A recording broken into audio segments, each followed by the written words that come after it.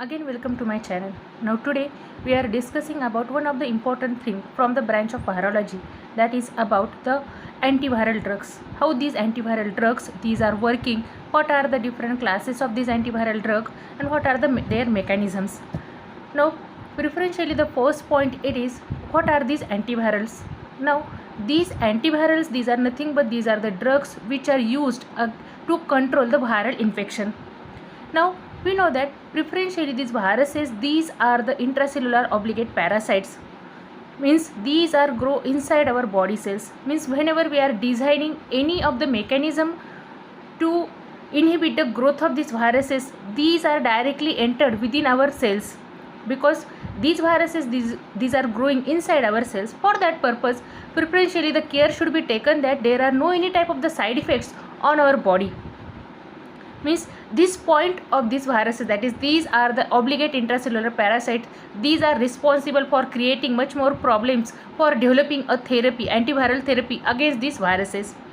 Now there are the specific characteristics these are required by these antiviral drugs. Means whenever we are designing any type of the antiviral therapy, some properties these must be present within that drugs. These are including these antiviral drugs which we are designing, these are able to enter the cells which are infected with the virus, because we know that majorly within our body cells the number of the different barriers these are present. So these drugs which are fight against that viruses, they must have the ability to enter that of our body cells in which there is the entry or there is the growth of these viruses, because as these are not reaching to that site, specific that site to which or at which there is the growth of viruses, unless and until they are not showing the activity against that viruses. For that purpose, it is important that these drugs these are able to enter the cells which are preferentially get infected with the viruses. Now again, as these viruses these are totally depending on the host cells for their replication. So majorly whenever we are designing these antiviral drugs, these are only interfere with the viral nucleic acid synthesis and their regulation, but these are not able to affect any of the process which is the cellular process, because these are responsible for developing the side effects within the host. Now some of the drugs these are interfere with the ability of the viruses to bind to the cells. Means again, as there are the different stages within the replication of these viruses. The first one, it is the attachment, then the penetration, then the replication, then there is the protein synthesis, then the assembly formation and the release. These are the 7 different stages which are included within the viral replication. So any of these stage these are get inhibited by these viruses, then and then only we can inhibit the viral replication inside the host cell. Now some of the drugs which are not able to inhibit any of the viral process, but these are immunomodulatory, means whenever we are developing any of the therapy, either it is an antiviral therapy or it is the therapy against any type of the pathogen, either it is a bacteria or virus. Majorly there are the different mechanism within which the first step it is completed to destroy that infectious agent, means it is an virucidal. The second one, it is an immunostimulatory, means it is responsible for enhancing our immune system, that is the host immune system, that is enhancement or the stimulation of host immune system. And the third one, it is the antiviral therapy. Antiviral, it means these are responsible for inhibiting the stages of replication of that infectious agent which are responsible for inhibiting their growth. So these are the 3 different modes through which we are responsible for inhibiting the infection. Now the best responses to the antiviral drugs, these are in the patients which are having the competent immune system, means whose immune system it is having able to fight against the infection. A healthy immune system works synergistically, it means in accordance with the drug, means it is helpful for the antiviral drugs to fight against that infection. So these are the key characteristics of the antiviral drugs which are essential. Now here there are the different mechanisms within this figure. You can observe that which are the different stages included within the viral replication, that is the entry, uncoating, early protein synthesis, nucleic acid synthesis, late protein synthesis, assembly formation and release. So these all are the stages included in the viral replication, and all of these these are the target site for the antiviral drugs to inhibit the viral replication. That is, some of the viral agent, they may be responsible for inhibiting the entry of these viruses. They may be inhibit the fusion, they may be inhibit the viral uncoating process, there may be the inhibition of nucleic acid synthesis, some are the protease inhibitor, then there is the inhibition of the viral release, or there may be the inhibition of the viral packaging. All of these stages, these are get inhibited by the different antiviral drugs. Now there is the preferential classification of these antiviral drugs into the three different classes. The first class of this antiviral drug, it is the pyrimidine nucleoside analogs. Pyrimidine nucleoside analog. We know that for the nucleic acid synthesis, there is the requirement of two types of the nucleotides, that is the pyrimidine bases and the purine bases. So their analogs means which are having the similar structure to that of the purine and pyrimidine bases. Such type of the substances, these are responsible for blocking the process of purine and pyrimidine synthesis. So these are the two important classes of these antiviral drugs, that is the pyrimidine nucleoside analog and the purine nucleoside analog. And the third one, it is the anti-metabolites. Anti-metabolites. These are the three different classes of the antiviral drugs. Now firstly we are switch over to the what are the mechanism of action of the pyrimidine nucleoside analog. Now the most important pyrimidine nucleoside analog, including the edoxyuridine and the trifluridine. Edoxyuridine and trifluridine. These both are the pyrimidine nucleoside analog. These are substitutes the pyrimidine bases, that is the thymine bases within the DNA and responsible for forming the defective DNA molecules. Means whenever inside the host cell there is the viral infection, and these pyrimidine nucleoside analogs, that is the edoxyuridine or trifluridine, which are get incorporated within the viral DNA. These are get incorporated within the viral DNA instead of thymine, which is an pyrimidine base, and responsible for forming the defective DNA. Means by this way they are responsible for inhibiting the viral replication process by substituting themselves instead of that of thymine. And these are inhibit the function of most important enzyme, that is the thymidylate phosphorylase, that is the phosphorylation of thymine bases, and the viral DNA polymerase, resulting in the inability of virus to reproduce. Means the incapability of these viruses to reproduce within the cell. Now the trifluridine may incorporate into the viral DNA during the replication and forms the defective proteins. Means the edoxyuridine, these are directly responsible for blocking the viral replication by inhibiting the activity of thymidylate phosphorylase enzyme, and the trifluridine, it may be incorporated within the viral DNA and responsible for forming the defective protein from that of the DNA and cause an increased mutation rate. There is an increase in the mutation rate, and this drug, it also reversibly inhibit the thymidylase synthetase enzyme, which is necessary for the DNA synthesis. Now the second type, it is the purine nucleoside analog. Now similar to that of the pyrimidine nucleoside analog, there is also function of this purine nucleoside analogs. Now majorly there are the three different phosphorylation steps required for the activation of these nucleoside analogs. Now the most important purine nucleoside analog which is used, it is an acyclovir. The another important thing about this acyclovir, it is this acyclovir, it is an first antiviral drug which is responsible for targeting the viral enzymes, that is the viral enzymes which are responsible for the nucleic acid synthesis. Now it is selectively activated by the viral encoded thymidine kinase enzyme, and preferentially it is used against the herpes viruses. There is the activation of this purine nucleoside analog by the viral enzyme. Means these are activate only within the virally infected cell. It is one of the important thing about this drug, that is these are only act within the virally infected cell, because for their activation there is the requirement of viral enzyme, that is the thymidine kinase enzyme. These are converted into the monophosphate form and then into the di and triphosphate form by the cellular enzyme. Means first there is the activation by the viral enzyme, and then again the two phosphorylation steps, these are carried out by the cellular enzymes.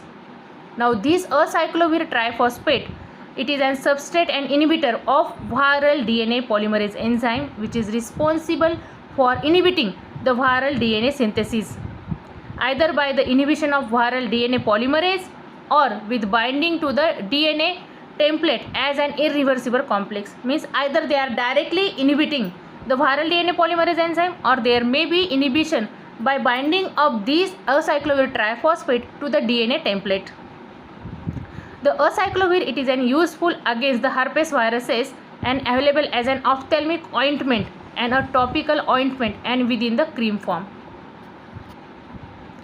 Now the another type of the purine nucleoside analog, it is the ganciclovir, which is also having the similar mechanism like that of the acyclovir, and majorly these are also active against the herpes viruses and the cytomegaloviruses. Now it is activated by the phosphokinase enzyme. There are some of the side effects which are associated with this ganciclovir, including the bone marrow suppression, that is the leukopenia, thrombocytopenia, and there are also some effects on the central nervous system which are resulted into the headache, psychosis and the convulsions. Now majorly these are showing the activity against the human cytomegalovirus, and these are responsible for causing the neutropenia and the thrombocytopenia, fever, rash. These are the side effects which are associated with ganciclovir. Now the another type of the purine nucleoside analog, it is the cidofovir, which is the nucleoside analog of the cytosine, and these are responsible for reducing the viral DNA replication on its incorporation instead of cytosine within the viral DNA. Next one, it is the phoscarnate, which is an inorganic pyrophosphate analog and the strong inhibitor of the viral DNA. It doesn't require the phosphorylation, means like that of the ganciclovir, acyclovir or the cidofovir, they are not requiring the phosphorylation. And against the resistant strains of herpes viruses, they are showing the susceptibility towards this phoscarnate, means those of the resistant strains of the herpes viruses or the varicella viruses or the cytomegaloviruses which are resistant towards the ganciclovir, acyclovir, these are showing the susceptibility towards this phoscarnate, because these are directly showing the inhibitory action against the DNA polymerase enzyme. Now again the side effects, including the nephrotoxicity, that is on the kidney there are the side effects, then the electrolyte abnormalities and some of the toxicity on the central nervous system. Now the third type of these antiviral therapy, it is the antiviral prodrugs. Prodrugs means synthetically these are get designed. The first of the antiviral product, it is then ribavirin. Now this ribavirin, it is an synthetic triazole nucleoside, and the oseltamivir, it is an acetoamidocyclohexane, that is again the analog of sialic acid. Means these are the prodrugs which are having the similar structure to that of the either the some of the viral component or the receptor for the viruses, and by this way they are responsible for inhibiting the viral replication.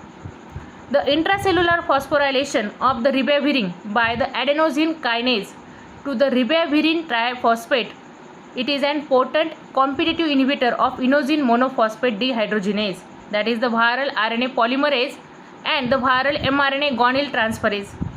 Means these three enzymes, these are get inhibited by the activity of this ribavirin whenever it is get activated. Means it is prodrug, means whenever we are taking this drug, it is not present in the active form like that of the acyclovir.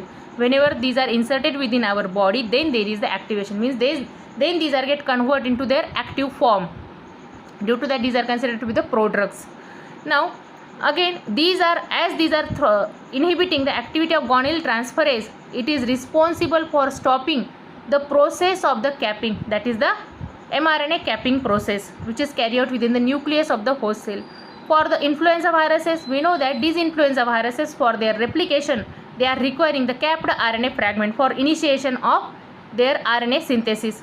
So as these drugs, these are responsible for inhibiting the process of capping, so there is no availability of this capped mRNA fragment. So by this way they are inhibiting the viral RNA synthesis. Now this ribavirin may also be incorporated within the viral genome and responsible for causing the lethal mutagenesis. It is an broad spectrum having the broad spectrum activity against many RNA and DNA viruses, that is including the adenovirus, herpes virus, orthomyxoviruses, paramyxoviruses, pox viruses, picornaviruses, rhabdoviruses, rotavirus and retroviruses. Means against both retroviruses and the non-retroviruses, means against DNA and RNA viruses, they are responsible for showing their activity. Due to that, these are considered to be the broad spectrum antiviral drug. Now another one, it is the oseltamivir. Now these present within the carboxylate form, it is an active form of this oseltamivir which inhibit the influenza virus neuraminidase enzyme. We know that this neuraminidase enzyme, it is most important for the completion of viral replication of these influenza viruses, and majorly due to the inhibition of this neuraminidase enzyme, there is the incompletion of the viral replication. Again, these drugs, these are responsible for altering the viral particle aggregation and release. They are alter the viral particle aggregation and the release. It is also known as the Tamiflu. Oseltamivir, it is also known as the Tamiflu, and it is effective against the influenza infection and used for the prophylaxis. Now these are the some examples of the antiviral drugs which are used against the specific viruses. Now against the herpes viruses, majorly there is the use of antiviral drug, that is the vidarabine. Now this vidarabine, it is the potent inhibitor of the viral polymerase enzyme. Now against the herpes simplex virus, there is the antiviral drug, it is the acyclovir, again which is the potent inhibitor of the viral polymerase enzyme. Then against the cytomegalovirus, ganciclovir. Then the retroviruses, against the retroviruses there are the different antiviral drugs, these are used, that is the zidoudidine, didanosine, then the zalcitabine and the lamivudine. And all of these are the inhibitors of reverse transcriptase enzyme, which is a main key enzyme required for the replication of retroviruses. Again for the retroviruses, protease inhibitor, there are the different drugs. Means instead of inhibition of the reverse transcriptase, there are some inhibitors of the protease enzyme. These are including the saquinavir, ritonavir, idinavir and the nelfinavir. Against the hepatitis C virus and the herpes simplex virus, the antiviral drug, it is the ribavirin. It is an RNA mutagen responsible for causing the mutation within the RNA, which is the genome of these viruses. Now in case of the influenza virus, the amantadine and the rimantadine, these are the inhibitors of the hemagglutinin protein, which are the main protein of these viruses, that is the influenza viruses. Against the influenza B virus, there is the use of Relenza and Tamiflu, that is the oseltamivir. These are the inhibitors of the neuraminidase enzyme.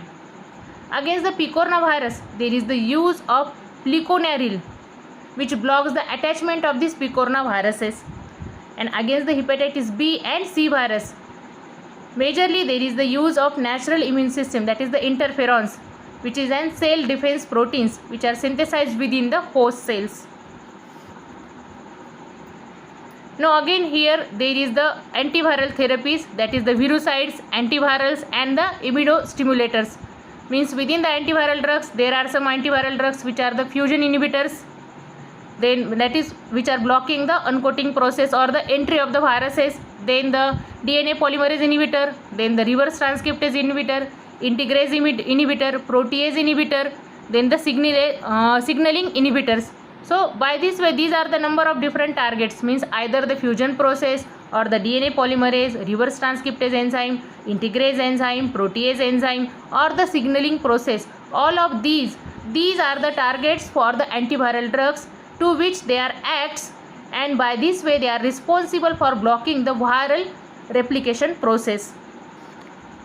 So it is the whole information about the antiviral drugs. So if you like this video, please subscribe my channel and also share this video with your friend. Thank you.